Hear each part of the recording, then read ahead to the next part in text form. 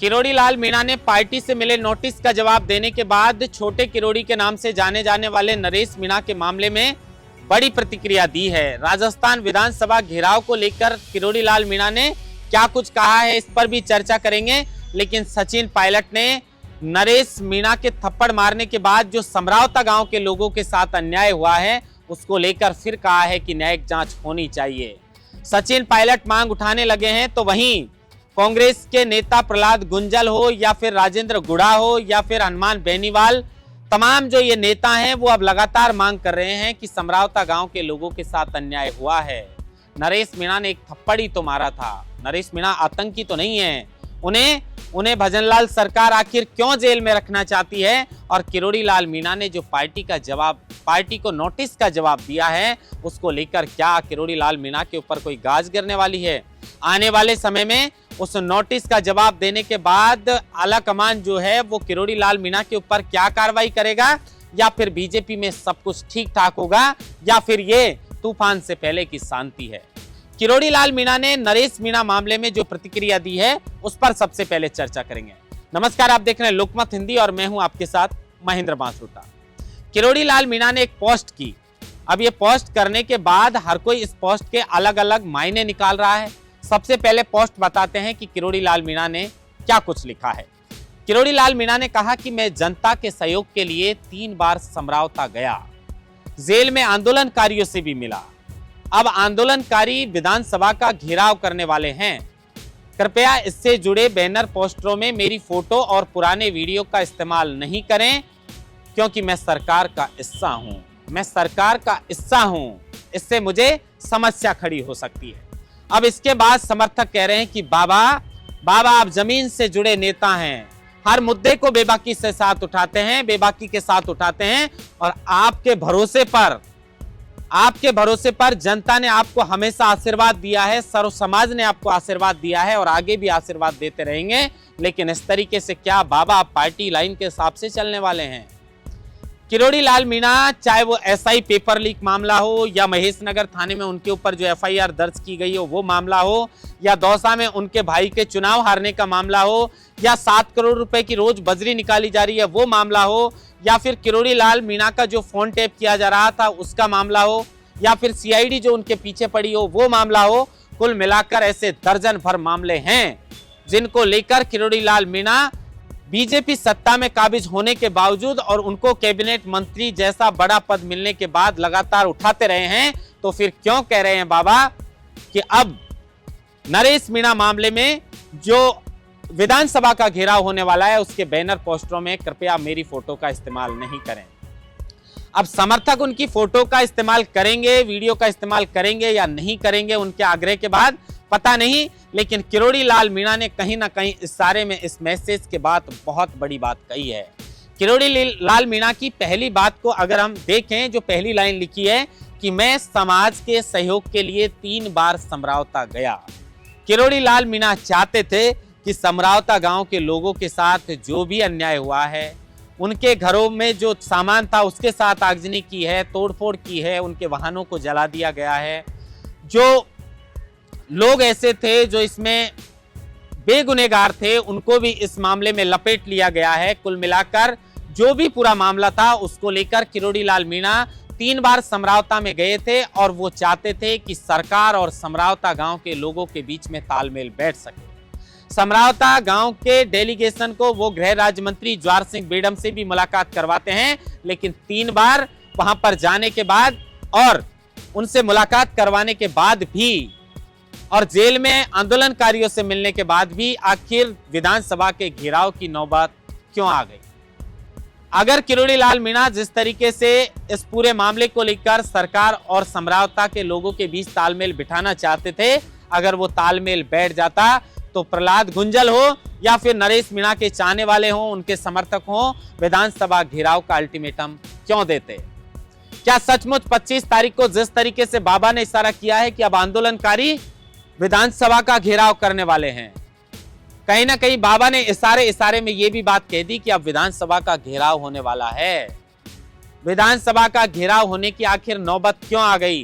क्योंकि इस मामले में लगातार मांग करने के बाद भी न्यायिक जांच नहीं हो पा रही है और इसी को लेकर सचिन पायलट ने भी मांग की है। सचिन पायलट पर बाद में बात करेंगे, लेकिन किरोड़ी लाल मीणा जमीन से जुड़े नेता हैं और विपक्ष में जब थे तब 5 वर्ष तक डॉक्टर किरोड़ी लाल मीणा के संघर्ष को इस राजस्थान प्रदेश की जनता ने देखा है। किस तरीके से वो ना कोई समाज देखते हैं, ना वो ये देखते हैं कि मैं किस पद पर हूं, वो बेबाकी से मुद्दों को उठाने के लिए जाने जाते हैं। उन्होंने इसी तरीके से अपनी पहचान बनाई है। अब वही किरोड़ी लाल मीणा क्या पार्टी लाइन के हिसाब से चलने वाले हैं? किरोड़ी लाल मीणा के इस बयान के बाद यह तो साफ हो चुका कि राजस्थान में 25 तारीख को विधानसभा का घेराव होने वाला है और बड़ा बवाल कटने वाला है। इसको लेकर सरकार को भी तैयार रहना चाहिए, क्योंकि पहले यह अल्टीमेटम दिया गया था सवाई माधोपुर के चौथ का बरवाड़ा से प्रहलाद गुंजल की ओर से, और फिर वो आवाज भी नहीं पहुंची तो टोंक के नगर पोर्ट में एक महापंचायत का आयोजन हुआ और उसमें भी यही मांग की थी कि समरावता गांव के लोगों को न्याय मिलना चाहिए। दोषी बाहर खुले में घूम रहे हैं और जो निर्दोष हैं उन्हें दोषी बनाकर सजा कटवाई जा रही है। इस तरीके के आरोप लगातार कांग्रेस के नेता प्रहलाद गुंजल बीजेपी सरकार पर लगा रहे थे और राजेंद्र गुड़ा जब जेल में मिलने के लिए पहुंचते हैं नरेश मीणा से, तो वो तो साफ कहते हुए नजर आ रहे हैं कि ये तो सरकार की दादागिरी है कि एक जनप्रतिनिधि, ये कोई आतंकी है क्या?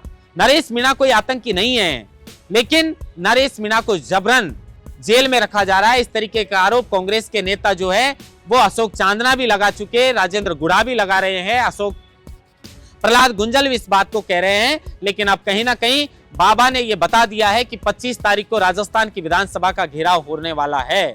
राजस्थान में 25 तारीख को नरेश मीणा और समरावता गांव के लोगों को न्याय दिलाने के लिए क्या बवाल कटने वाला है, इसका इंतजार करना पड़ेगा।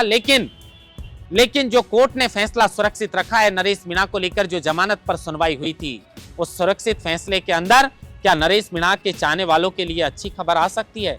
क्योंकि 88 दिन बाद टोंक की पुलिस ने जो नगर पोर्ट में 167/2024 जो एफआईआर दर्ज हुई थी नरेश मीणा के मामले को लेकर, उसमें 88 दिन बाद पुलिस ने चालान पेश किया और उसके बाद इस मामले को लेकर कोर्ट में सुनवाई हुई और उसके बाद कोर्ट ने क्या फैसला सुनाया उसको सुरक्षित रखा है। तो इंतजार उसका भी है कि क्या 25 तारीख को राजस्थान विधानसभा के घेराव से पहले नरेश मीणा को क्या जमानत मिल सकती है।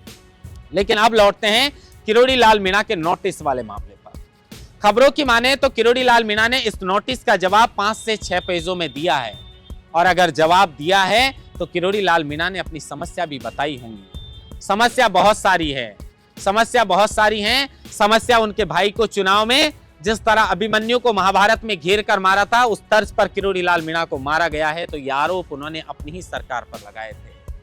किरोड़ी लाल मीणा ने सब इंस्पेक्टर भर्ती मामले पर जो उनके ऊपर एफआईआर दर्ज हुई थी और महेश नगर थाने की तत्कालीन जो सीआई थी कविता शर्मा, उसको असरदार बताते हुए कहा था कि ना कांग्रेस कुछ बिगाड़ सकी, ना बीजेपी इनका कुछ बिगाड़ रही।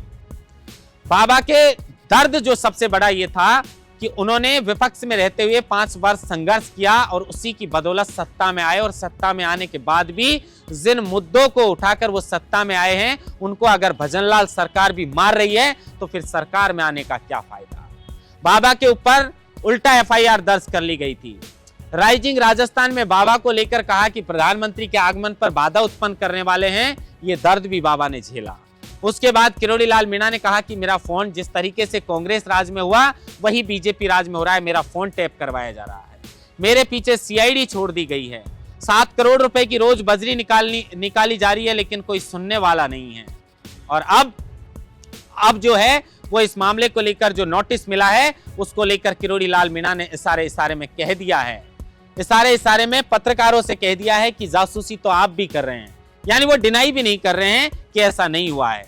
लेकिन बड़ी दिक्कत है कि किरोड़ी लाल मीणा ने ये जो मैंने 5-6 चीजें बताई, आधा दर्जन से ज्यादा किरोड़ी लाल मीणा की समस्या रही हैं।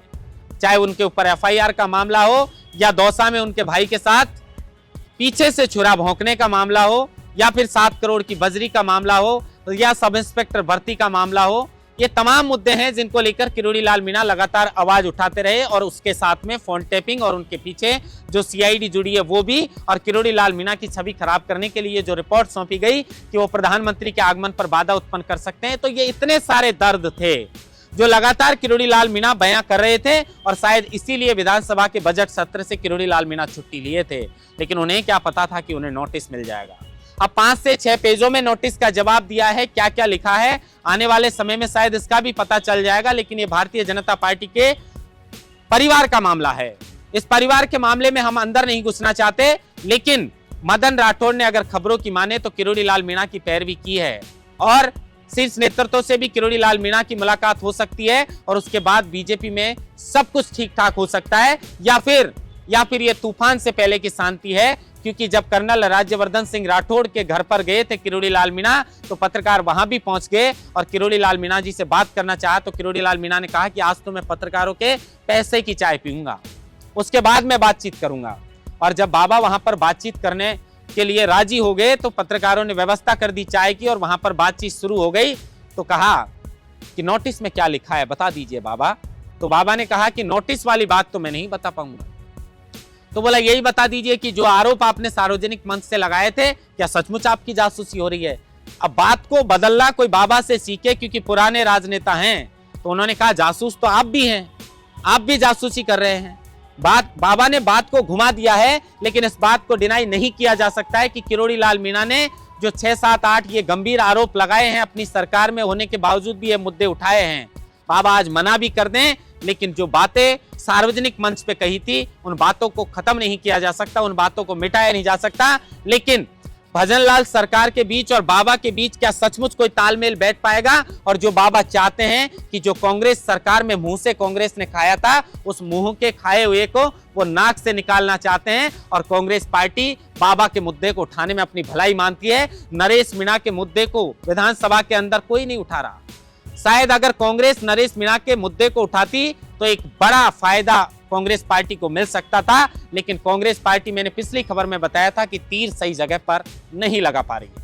खैर, इंतजार रहेगा कि पार्टी क्या कार्रवाई करती है। और 25 तारीख को विधानसभा घेराव की बात अब किरोड़ी लाल मीणा ने भी कह दी है कि नरेश मीणा के समर्थक जो है वो आंदोलनकारी और विधानसभा का घेराव करने वाले हैं। क्या पोस्टर और बैनरों में बाबा की फोटो और वीडियो उनके आग्रह के बाद उनके समर्थक लगाते हैं या नहीं लगाते? लेकिन सचिन पायलट ने भी आरपीएससी को लेकर, एसओजी को लेकर जो कोर्ट ने तल्ख टिप्पणी की है, उसको लेकर कहा है कि आरपीएससी ऐसी संस्था है जिससे राजस्थान प्रदेश के युवाओं का भविष्य तय होता है। अगर उस संस्था में इस तरह का भ्रष्टाचार होगा तो फिर राजस्थान प्रदेश का फ्यूचर क्या होगा? कोर्ट ने भी कहा है, कार्यवाहक अध्यक्ष हैं जो आरपीएससी के कैलाश मीणा, उनको कहा है कि इतना बड़ा मामला हो गया तो फिर एफआईआर, इस मामले की रिपोर्ट क्यों नहीं दर्ज की गई? और क्या एक ही भर्ती है या और भर्तियों में भी इस तरह का भ्रष्टाचार हुआ है? और सचिन पायलट ने समरावता गांव के लोगों को न्याय दिलाने के लिए इस पूरे मामले में न्यायिक जांच की फिर से मांग की है। आने वाले समय में क्या होता है इस पूरे मामले को लेकर? क्या सचिन पायलट ने जिस तरीके से न्यायिक जांच की मांग की है और लगातार जो तमाम नेता समर्थन कर रहे हैं इस समरावता वाले मामले को लेकर, तो क्या सरकार अब इस समरावता गांव के लोगों को न्याय दिलाने के लिए क्या सचमुच न्यायिक जांच के आदेश देगी? और 25 तारीख को राजस्थान में क्या कुछ होने वाला है, इसका इंतजार रहेगा। महेंद्र बांसुरता, लोकमत हिंदी, जयपुर।